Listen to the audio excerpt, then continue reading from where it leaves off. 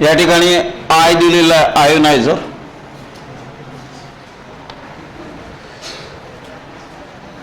हा एक आणि हा एक, हे दोन्ही जे आहेत हे दोन्ही आहेत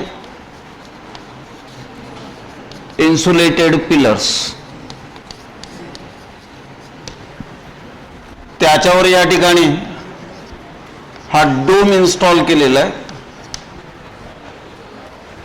या ठिकाणी ही P1 आणि ही P2 हे दोन पुलीज आहेत आणि या पुलीजवर हा बेल्ट त्या ठिकाणी काय होतोय, बेल्ट रोटेट होतोय. बेल्ट B इथं दिलेला आहे, बरोबर. हा त्या ठिकाणी हा कलेक्टिंग ब्रश आहे, हा स्प्रे करणारा ब्रश आहे. दिस इज अ स्टील चेंबर. हा it is a DC supply आणि DC सप्लायचं या ठिकाणी हे पॉझिटिव्ह टर्मिनल इथं कनेक्ट केलेलं आहे आणि त्याच्या अपोजिटची प्लेट त्या ठिकाणी अर्थिंग मध्ये टाकली, याचा अर्थ अपोजिट साईडला कनेक्ट केलेला आहे. डायग्राम चेक केली. आता लक्ष द्या, सगळ्यात इम्पॉर्टंट हा व्हॅन डायग्राम जनरेटर आहे काय. आपल्याला काय थेरॉटिकल कन्सेप्ट आहे हा, तुमच्या बायोलॉजी मधला असल्यासारखा चित्र काढायचं आणि चित्राचं एक्सप्लेनेशन द्यायचं. इथे देखील चित्र काढायचं आणि त्या चित्राचं एक्सप्लेनेशन द्यायचं आपल्याला. हे एक्झॅक्टली लागतो काय, तर त्या ठिकाणी तुम्ही हाय पोटेन्शियल जनरेट करता. पोटेन्शियल म्हणजे व्होल्टेज. ओके, आता पोटेन्शियल केव्हा तयार होईल, जेव्हा चार्ज असेल. A positive charge creates positive potential, negative charge create negative potential. म्हणजे याचा अर्थ चार्जेस जर तुम्ही जमा करत असाल तर त्या ठिकाणी त्या चार्जेसमुळे काय डेव्हलप होईल, तिथं पोटेन्शियल डेव्हलप होईल. आता हे पोटेन्शियल वापरायचं कशासाठी वापरायचं, समजा या ठिकाणी पॉझिटिव्ह पोटेन्शियल आहे आणि 100 व्होल्टचा आहे. व्हॉट डज इट इंडिकेट, काय इंडिकेट करतो की ह्या ठिकाणी heavy amount of positive charge आहे आणि त्याच्यामुळे त्या ठिकाणी किती आहे, पॉझिटिव्ह पोटेन्शियल आहे आणि त्याची व्हॅल्यू किती आहे, 100 व्होल्टची. समजा या 100 व्होल्टचं जर पॉझिटिव्ह पोटेन्शियल जर इथं असेल, या प्लेटला दिलेला असेल आणि दुसरा एक पॉझिटिव्ह चार्ज जर मी या ठिकाणी जर असा सोडला तर हा झपकन याला काय करेल, रिपेल करेल. रिपेल केल्यामुळे याला काय येईल, ह्या चार्जला काय येईल, मोमेंटम येईल. और it possesses what, kinetic energy. आता जर तुम्हाला त्या ठिकाणी एखादा ऍटम तोडायचा आहे, ऍटमला तोडून टाकायचं.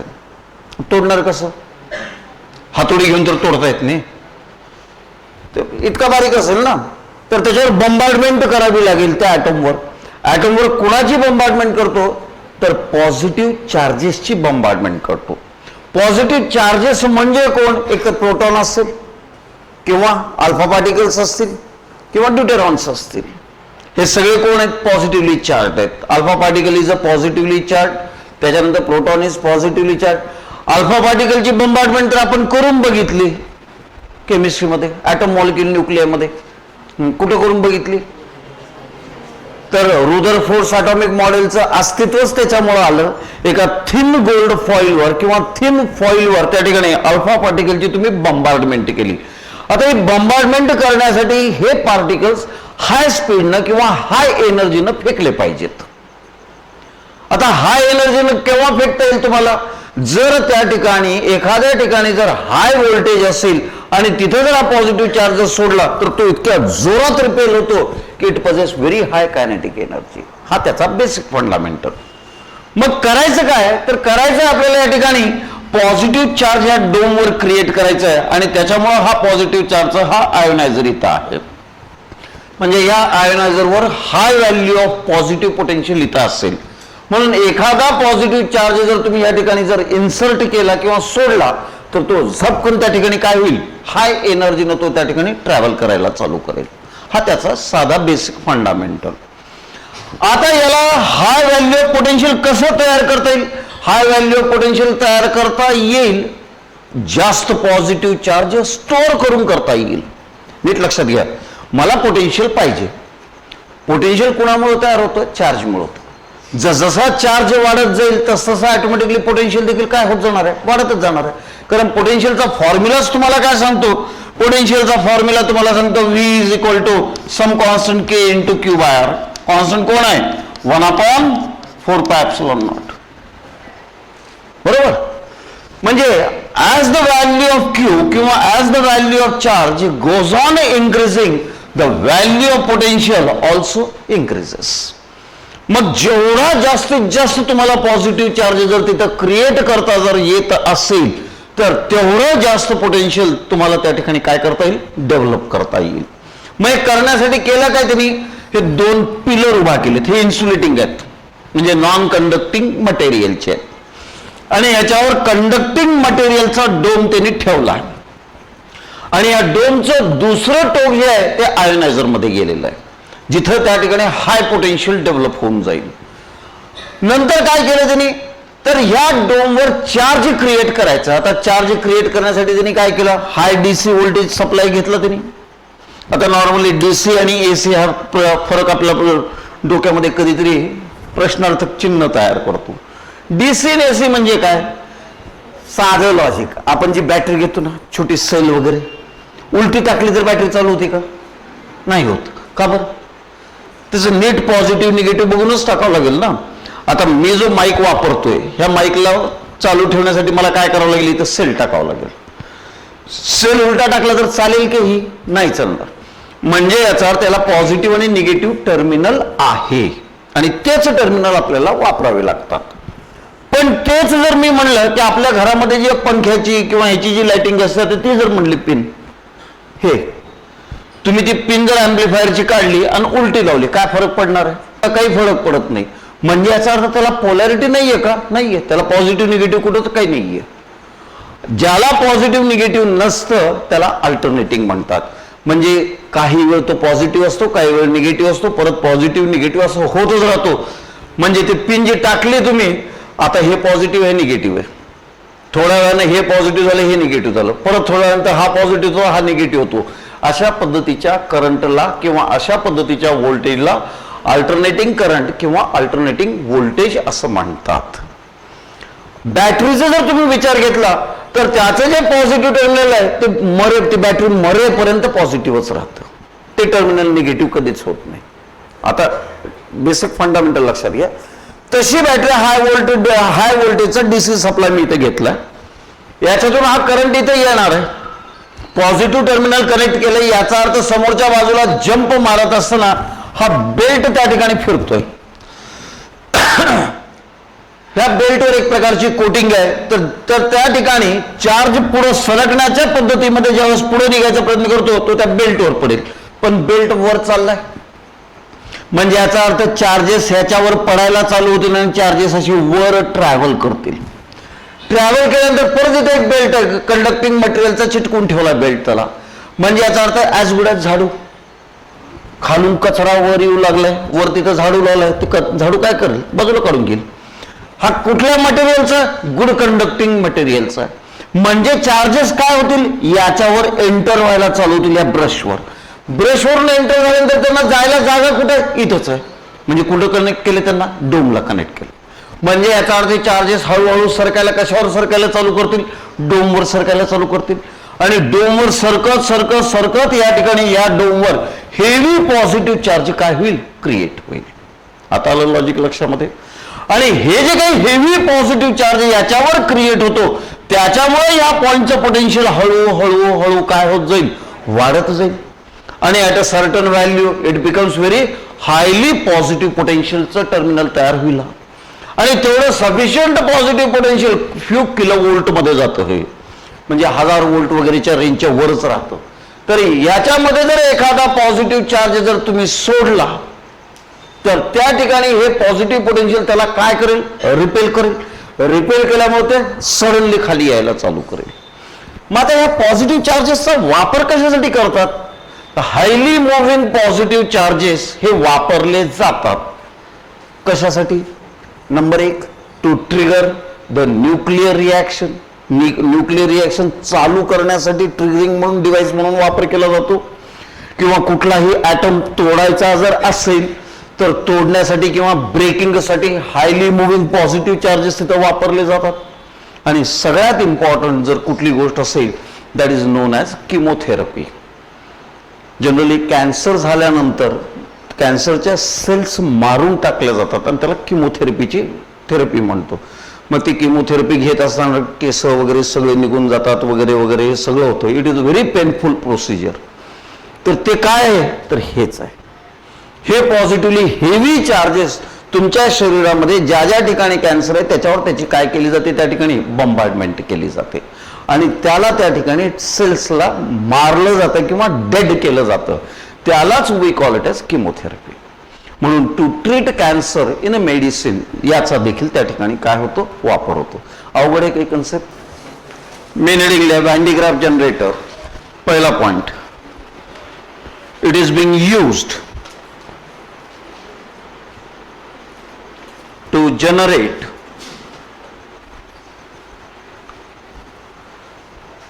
highly moving positive charged particles such as protons, alpha particles or deuterons. दूसरा point, the potential generated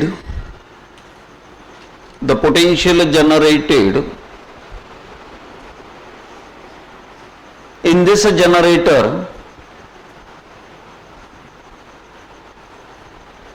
is of the order of few million volts. त्याच्यानंतर a dome is installed on an insulated pillars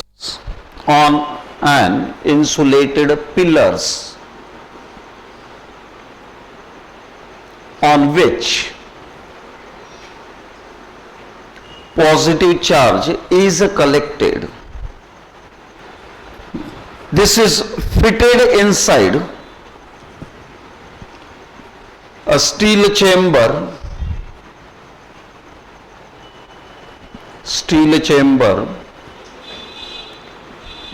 filled with high pressure freon gas.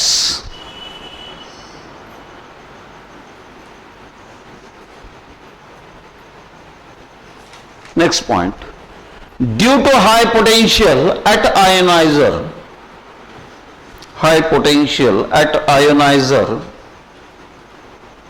whenever positive charge is released,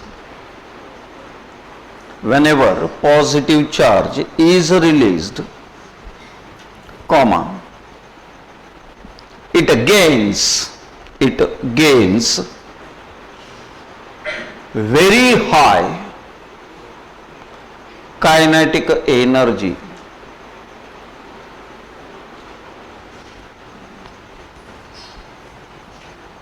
त्याच्यानंतर applications.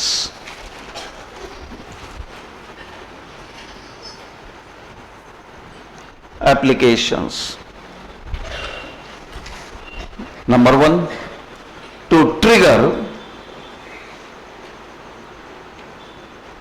nuclear reaction.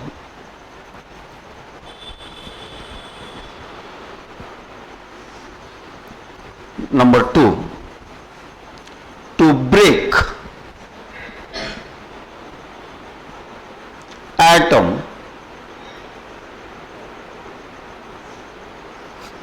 and number 3, in medicine to treat cancer. आता याच्यानंतरचा जो last part आहे हा part पूर्वी syllabus मध्ये included नव्हता आणि तो नंतर ऍड झालेला आहे आणि तो कंडेन्सर साठी आपल्याला कामाला घ्यायचा आहे आणि तो पार्ट आहे तुमचं पोलरायझेशन ऑफ डायइलेक्ट्रिक्स. आता सगळ्यात पहिल्यांदा साधा प्रश्न, डाय इलेक्ट्रिक म्हणजे काय एक्झॅक्ट. तर ज्याला ज्याला डाय नावाचं शेपूट लागतं तो विरुद्धार्थी शब्द असतो. हे कॉमन लॉजिक लक्षात ठेवा. डाय मॅग्नेटिक, बरोबर, हा शब्द ऐकलाय. डायमॅग्नेटिक म्हणजे काय? कुठलीच मॅग्नेटिक प्रॉपर्टी नाहीये त्याला. Atomic magnet is absent. ते ॲटमची रचनाच अशी असते की एकमेकाला काय करून टाकतात? कॅन्सल करून टाकतात मॅग्नेटिक फील्ड. त्याला आपण डायमॅग्नेटिक म्हणजे मॅग्नेटिझम नसेल त्याला डायमॅग्नेटिक म्हणायचं. इलेक्ट्रिसिटी नसेल तर त्याला डायइलेक्ट्रिक म्हणायचं. सगळं साधं. म्हणजे याचा अर्थ कंडक्टरचा विरुद्धार्थी शब्द कोण? इन्सुलेटर. इन्सुलेटरचं दुसरं नाव डायइलेक्ट्रिक. संपला विषय. जे आपण इन्सुलेटर शिकले ना तेच डायइलेक्ट्रिक असतात. आता आलं लॉजिक लक्षात.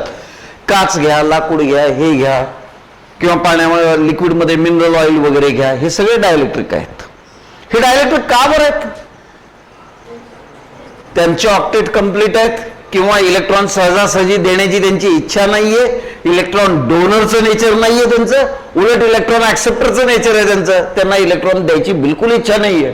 म्हणजेच त्या ठिकाणी फ्री इलेक्ट्रॉन्स आर ऍबसेंट.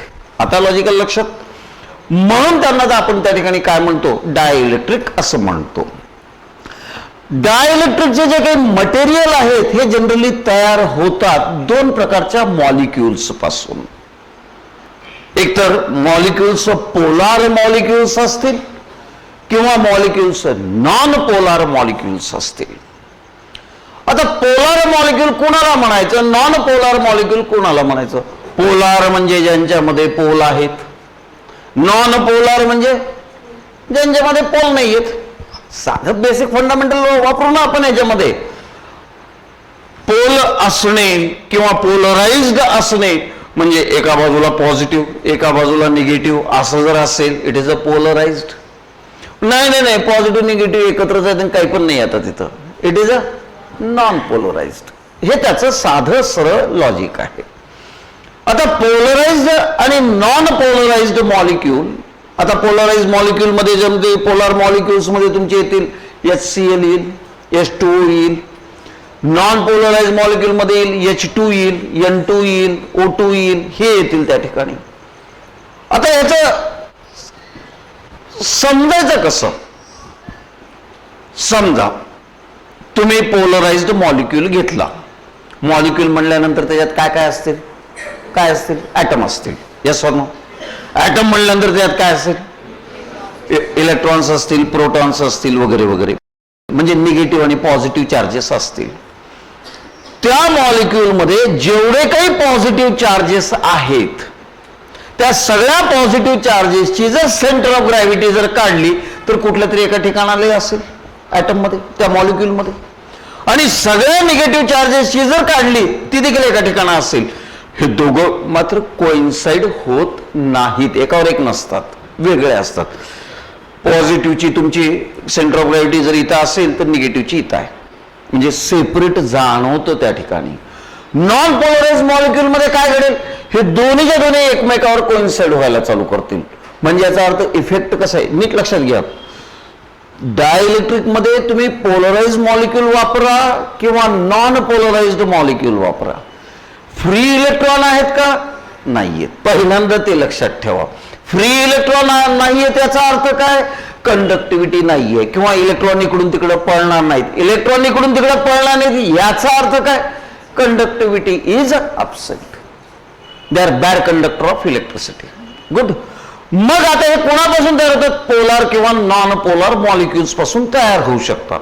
जर हे तयार होत असतील तर, जर हे तयार होत असतील तर त्या ठिकाणी या पोलार आणि नॉन पोलार मॉलिक्यूल मधला फरक काय? तर पहिला फरक, in case of polar molecule the center of gravity of all positive charges do not coincide with the center of gravity of all negative charges, they differ. म्हणजे positive चार्जेसची centre of gravity इथे असेल तर negative चार्जेसची त्याच्या बाजूला असेल, दूर असेल, म्हणजे सेपरेट असण्यासारखं झालं त्याचं.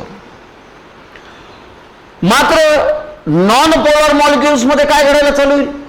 याच सेंटर ऑफ ग्रॅव्हिटी त्या ठिकाणी काय व्हायला चालू होतील? ओव्हरलॅप व्हायला चालू होतील किंवा कोइन्साइड व्हायला चालू होतील. आता जर समजा नॉर्मली जर आपण कुठला सबस्टन्स जर घेतला, नॉर्मली जर कुठला सबस्टन्स घेतला, मी वरचा एक सबस्टन्स तयार करतो, खालचा एक तयार करतो. वरचा सबस्टन्स आपण करूत आपण पोलार वाल्याचा करूत आणि खालचा आपण तयार करूत नॉन पोलार मॉलिक्यूलचा. तर वरचा जर पोलार वाल्याचा जर केला तर हे असं असेल, हे पॉझिटिव्ह हे निगेटिव्ह, पॉझिटिव्ह निगेटिव्ह, हे पॉझिटिव्ह निगेटिव्ह, पॉझिटिव्ह निगेटिव्ह. म्हणजे हे मॉलिक्युल्स असे रॅन्डम डायरेक्शन न ओरिएंट झालेले असतात, रॅन्डम डायरेक्शन न ओरिएंट झालेले असतात की ज्यांचा रिझल्टंट रॅन्डम डायरेक्शनचा अर्थ काय होतो? हा, रॅन्डम डायरेक्शनचा अर्थ काय होतो? All possible direction. Orientation in random डायरेक्शनचा अर्थ काय? All possible direction. आणि दुसरा अर्थ काय होतो? दुसरा अर्थ काय होतो रॅन्डम डायरेक्शनचा? त्यांचा जर रिझल्ट काढला तर उत्तर नेहमी 0 येतं. नीट लक्षात घ्या, हवेमधले मॉलिक्युल्स कसे मूव्ह करतात? दे मूव्ह इन रॅन्डम डायरेक्शन मध्ये, किंवा त्यांची रॅन्डम मोशन असते. म्हणून आपण एअरच्या मॉलिक्युलला काय म्हणतो? They are moving with all possible velocity in all possible direction. कोण हळू जात असेल, कोण जोरात जात असेल, पण सगळ्याची जर गोळाबेरीज केली तर उत्तर किती येणार आहे? 0 येणार आहे. 0 येणार आहे, येतं. म्हणून आपण हीट सेक्शन मध्ये नव्या प्रकारची मॉलिक्युलची वेलॉसिटी डिफाईन करतो, ज्या वेलॉसिटीला we call it as RMS velocity. आता आलं का लक्षात? RMS शब्द कुठे येतो अस्तित्वात? जिथं रॅन्डम परिस्थिती आहे आणि उत्तर त्याचं 0 येणार आहे, तर त्याचा अभ्यास करण्यासाठी नवा कन्सेप्ट लावावा लागतो आणि त्या नव्या कन्सेप्टला RMSचा कन्सेप्ट म्हणतात, रूट मीन स्क्वेअर. उलट वाचता येते त्याला? हा, रूट मीन स्क्वेअरला उलट कसं वाचतात? स्क्वेअरचा मीन घ्या आणि रूट घ्या. RMS वेलॉसिटी म्हणजे काय असते? वेलॉसिटीच्या स्क्वेअरचा रूट घ्या आणि मीन घ्या, मीन घ्या आणि रूट घ्या. हा, म्हणजे याचा अर्थ त्या ठिकाणी नियम काय? C1 C2 C3 dot dot dot CN जर वेलॉसिटी असतील, RMS पहिल्यांदा काय करायचं? येस, स्क्वेअरचा, हे स्क्वेअर, हे स्क्वेअरचा काय घ्यायचा? मीन घ्यायचं. हे मीन घेतलं आणि त्याचा काय करायचं? रूट घ्यायचं. हे झाले RMS वेलॉसिटी. उलट वाचलं की येतं, ऑटोमॅटिक उत्तर देतात ते. तर तिथे जी अवस्था आहे तीच अवस्था इथं आहे. इथे हे जे ओरिएंटेशन प्रत्येक मॉलिक्युलचं आहे हे कसं आहे? रॅन्डम डायरेक्शन मध्ये. रिझल्टंट व्हॅल्यू किती असेल? 0. म्हणजे याचा अर्थ ह्या सबस्टन्स मध्ये नॉर्मल स्टेट मध्ये इलेक्ट्रिसिटीचा इफेक्ट आहे का? नाहीये. जर त्या ठिकाणी तुम्ही नॉन पोलार जर मॉलिक्यूल जर घेतला तर जिथं पॉझिटिव्ह तिथंच निगेटिव्ह, जिथं पॉझिटिव्ह तिथंच निगेटिव्ह. या पॉझिटिव्ह निगेटिव्ह एकाच ठिकाणी आहेत सगळे. म्हणजे पॉझिटिव्ह काढलेलं निगेटिव्ह तिथंच काढू लागलं, म्हणजे पॉझिटिव्ह काढतोय निगेटिव्ह तिथंच काढतोय. म्हणजे याचा अर्थ हे मॉलिक्यूल असे असतील. मग आता इथं प्रत्येक ॲटम मध्ये किंवा प्रत्येक मॉलिक्यूल मध्ये स्वतःचाच इफेक्ट ते जर नलिफाय करत असतील तर रिझल्टंट इथेही कसा असतो? 0. नीट लक्षात घ्या, 0 आहे. तुमच्या खिशामध्ये 0 रुपये आहेत. आता 0 रुपये असण्याचे वेगवेगळे प्रकार. पहिला प्रकार, तुमच्याकडे खरोखरच पैसे नाही आहेत, कुणी दिलेच नाही, त्याच्यामुळे खिशातच नाही ठेवले. ओके. नंबर 2, तुमच्या खिशाला होल आहे, त्याच्यामुळे ठेवलेले पैसे खाली गळून गेले. 0 असण्याचा प्रकार बरं का. 0 का बरं आहेत त्याची कारणं, या नंबर ऑफ कारणं देता आली पाहिजेत. त्याच्यानंतर 0 आहेत कारण उजव्या खिशात माझ्या जेवढे पैसे आहेत तेवढंच माझं देणं आहे. माझ्या खिशात 100 रुपये आहेत पण मला 100 रुपये देणं आहे ते दुकानदाराचं, म्हणजे माझ्या खिशात किती आहेत? 0 आहेत. आता हे 0 असण्याचे प्रकार. मॅग्नेटिझम टॉपिक अख्खा त्याच्यावर चालतो, या 3 गोष्टीवर तर चालतो. Diamagnetic, paramagnetic, ferromagnetic. हे सगळे नॉन मॅग्नेटिक आहेत. का बरं आहेत? का बरं आहेत? डायमॅग्नेटिक मध्ये मॅग्नेटिझमच नाहीये म्हणून तो डायमॅग्नेटिक आहे, म्हणून तो मॅग्नेटिकच नाहीये. पॅरामॅग्नेटिक मध्ये मॅग्नेट आहेत, रॅन्डम आहेत, मात्र एकमेकाला कॅन्सल करतात म्हणून तो नाहीये. म्हणजे याचा अर्थ at the end of the day काय? हाही नॉन इलेक्ट्रिक नेचरचा आहे, हाही नॉन इलेक्ट्रिक नेचरचा आहे. याचं नॉन इलेक्ट्रिकचं नेचर कशामुळे आहे ते वेगळं कारण आहे. याचं नॉन इलेक्ट्रिकचं नेचर कशामुळे आहे त्याचं वेगळं कारण आहे. याचं कारण काय? तुमच्या मॉलिक्यूलच्या आतमध्येच असणाऱ्या पॉझिटिव्ह आणि निगेटिव्ह चार्ज डेन्सिटीचे सेंटर ऑफ ग्रॅव्हिटी कोइन्साइड होते म्हणून एकमेकाला कॅन्सल करतात. म्हणून त्या ठिकाणी रिझल्टंट मॉलिक्यूलवरच चार्ज नाहीये, डेन्सिटी नाहीये, म्हणून तो सबस्टन्स नॉन इलेक्ट्रिक झाला नॉर्मल स्टेटमध्ये. हा कसा आहे, प्रत्येक मॉलिक्यूल मध्ये आहे तिथं पॉझिटिव्ह वेगळा, निगेटिव्ह वेगळा, पॉझिटिव्ह वेगळा, पोलार आहे तिथं मॉलिक्यूल सगळे. मात्र हे मॉलिक्यूल कसे आहेत, रँडम डायरेक्शन मध्ये. मग काय होऊ लागले, हा याला कॅन्सल करतो, तो त्याला कॅन्सल करतो, तो त्याला कॅन्सल करतो, एकमेकाला हे कॅन्सल करतात आणि सगळे काय होतात, शांत होतात. म्हणजे दोघंही नॉर्मल स्टेटमध्ये कसे आहेत, they are non electric in nature. आणि त्यांच्याकडे फ्री इलेक्ट्रॉन आहेत का, बिलकुल नाही आहेत.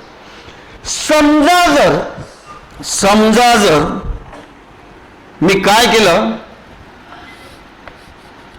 एका एक्सटर्नल फील्ड मध्ये मी यांना ठेवलं, यालाही ठेवलं आणि यालाही ठेवलं. आता काय होईल बघा, एक्सटर्नल फील्ड असं चाललंय, इंटेन्सिटीची ही डायरेक्शन. हा, इलेक्ट्रिक इंटेन्सिटीची डायरेक्शन कशी असते बाळांनो, it starts from positive charge and ends on negative charge. इकडून इकडं चाललंय, याचा अर्थ इकडं कोण असला पाहिजे, पॉझिटिव्ह, इकडं कोण असला पाहिजे, निगेटिव्ह. हे साधं लॉजिक आहे आपलं. इकडे जर पॉझिटिव्ह असेल तर हा जो वाकडा झालेला आहे ना, हा बिचारा थोडासा असा सरळ होतो, आणि इकडं मायनस इकडं प्लस करतो. हा जो वाकडा आहे ना, हा देखील त्याला आपला परत सरळ होतो, हा मायनस हा प्लस करतो. हा देखील इकडे हे करायला चालू करतो, हा मायनस हा प्लस. म्हणजे याचा अर्थ काय होतो, इन द डायरेक्शन ऑफ किंवा in presence of external electric field the molecule dipoles gets reoriented. Orientation बदलतं त्यांचं. बदलल्यामुळे काय होतं, सगळ्या मॉलिक्यूलचं निगेटिव्ह एका बाजूला येतं आणि सगळ्या मॉलिक्यूलचं पॉझिटिव्ह एका बाजूला येऊन जातं. आता लक्षात घ्या, आता लक्षात घ्या, 1 2 आणि हे 3 हे 4 मॉलिक्यूल घेतले मी, प्लस मायनस प्लस, हे मधले हे 4, हे इकडच्या कोपऱ्यातले हे 4, हे plus minus plus minus plus minus, हे प्लस मायनस.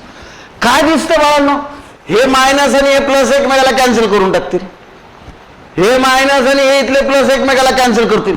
मात्र इकडं हिच्या फेसवर सगळेच्या सगळे कोणते चार्जेस तयार झालेत, निगेटिव्ह.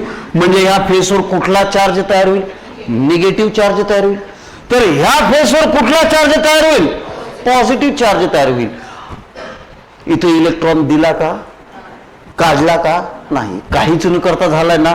म्हणून याचं नाव काय, इंड्युस्ड. इलेक्ट्रॉन देणे घेणे करून जर केलं तर त्याला म्हणतात चार्ज बाय फ्रिक्शन. पण इलेक्ट्रॉनला हात न लावता फक्त त्याच्यामध्येच मजा पाहणं, त्याला म्हणतात चार्ज बाय इंडक्शन. म्हणून हे जे चार्जेस या सरफेसवर निगेटिव्ह चार्जेस क्रिएट होतील, तर या सरफेसवर जे पॉझिटिव्ह चार्ज क्रिएट होतील, हे काय होतील, कसे charges, these are the charges by induction. Charge by इंडक्शनची प्रोसेस तयार होते. ही झाली याची अवस्था.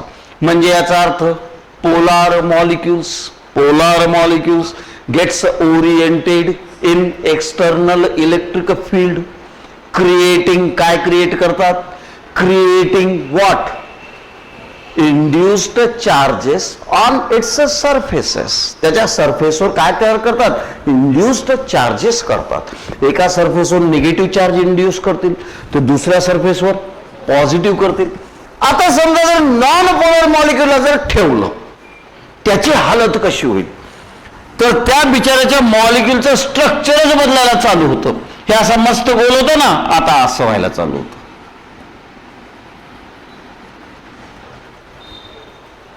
आणि हळू तिकडं पॉझिटिव्ह सरकतो आणि निगेटिव्ह सरकतो इकडं. हा जो मॉलिक्यूल असा होता, हा देखील मग त्या ठिकाणी हे असा व्हायला चालू होईल. हा पॉझिटिव्ह हा निगेटिव्ह, हाही मॉलिक्यूल बदलेल, हाही या ठिकाणी असा सरकायला चालू, पॉझिटिव्ह निगेटिव्ह. परत काय दिसून आलं तुम्हाला, आतल्या बाजूला हे पॉझिटिव्ह निगेटिव्ह काय झाले, कॅन्सल. परंतु बाहेरच्या सरफेसला काय झालं, ह्या सरफेसवर कुठला चार्ज क्रिएट होऊ लागलाय? निगेटिव्ह चार्ज तयार होतो. तर ह्या सरफेसवर कुठला होतो? पॉझिटिव्ह चार्ज तयार होतो. म्हणजे याचा अर्थ in case of non polar molecules if they are kept, त्यांना जर तुम्ही ठेवलं कशामध्ये? एक्सटर्नल इलेक्ट्रिक फील्ड मध्ये, तर त्या ठिकाणी shifting of positive and negative charges takes place. Which in turn causes काय कॉज करतात? Production of induced charges on its surface. म्हणजे इंड्युस्ड चार्जेस क्रिएट करण्याची त्यांची ॲबिलिटी आहे. हीच ॲबिलिटी कुणाची आहे? पोलार मॉलिक्युलची. हीच ॲबिलिटी कुणाची आहे? नॉन पोलार मॉलिक्युलची. म्हणजे याचा अर्थ काय झाला? म्हणजे याचा अर्थ असा झाला, एखाद्या डायलेक्ट्रिक कुणापासून तयार होतो? पोलार किंवा नॉन पोलार मॉलिक्युल. मग त्या डायलेक्ट्रिकला जर तुम्ही एखाद्या इलेक्ट्रिक फील्ड मध्ये जर ठेवलं तर काय घडेल? त्याच्या एका सरफेसवर निगेटिव्ह चार्ज इंड्यूस होईल, तर त्याच्या अपोजिट सरफेसवर काय तयार होईल? पॉझिटिव्ह चार्ज इंड्यूस होईल. कंडक्टर मध्ये चार्ज इंडक्शन होतं, इथेही इंड्यूस चार्ज होतात. मात्र कंडक्टर मध्ये कसं आहे? फ्री इलेक्ट्रॉन आहेत, सगळे रिकामे इलेक्ट्रॉन पळत एका बाजूला येतात. इथे रिकामं कोणीच नाही आहे. फक्त काय होतं? त्या फील्डच्या नेचरमुळं त्यांची चार्जची शिफ्टिंग व्हायला चालू होते आणि चार्जेस सरकायला चालू होतात आणि आतल्या बाजूला चार्जेस एकमेकाला काय करतात? कॅन्सल करतात. मग सरफेसला कॅन्सल करू शकतात का? नाही. म्हणून सरफेसवर त्या ठिकाणी काय होतो? चार्ज तयार होतो किंवा चार्ज इंड्यूस होतो. कुठला चार्ज इंड्यूस होईल? तर इलेक्ट्रिक फील्डच्या दिशेनं नेहमीच पॉझिटिव्ह चार्ज तयार होतो, तर इलेक्ट्रिक फील्डच्या अपोजिट दिशेनं नेहमीच निगेटिव्ह चार्ज तयार होतो. आता लॉजिक आलं लक्षात? म्हणजे डायलेक्ट्रिक काय करतील? कुठल्याही इलेक्ट्रिक फील्ड मध्ये ठेवलं, कुठल्याही इलेक्ट्रिक फील्ड मध्ये तुम्ही त्याला ठेवलं की काय करतील? चार्ज तयार करतील. कुठल्या प्रोसेसनं करतील? By induction. पोलार मॉलिक्युल मध्ये काय घडेल? ओरिएंटेशन ऑफ मॉलिक्युल घडेल. म्हणजे मॉलिक्युल तुमचा असा वाकडा होता तो सरळ होऊन जाईल, ओरिएंट होतील सगळेच एका दिशेनं, त्याच्यामुळे चार्ज तयार होतात. आणि नॉन पोलार मॉलिक्युल मध्ये काय होईल? Shifting of positive and negative charges inside the molecule takes place, causing a creation of negative and positive charge induced at its surface. आता आलं लक्षात? समजा हे इलेक्ट्रिक फील्ड मी काढून घेतलं, काय होईल? परत हे मॉलिक्युल आपल्या जागेवर जातील. ह्याचं इलेक्ट्रिक फील्ड काढून घेतलं, परत आपल्या मॅम माझं तोंड मला जिकडे करायचं तिकडे करून बसतो म्हणते. म्हणजे रॅन्डम ओरिएंटेशन मध्ये जाईल परत एकदा. आलं लॉजिक लक्षात?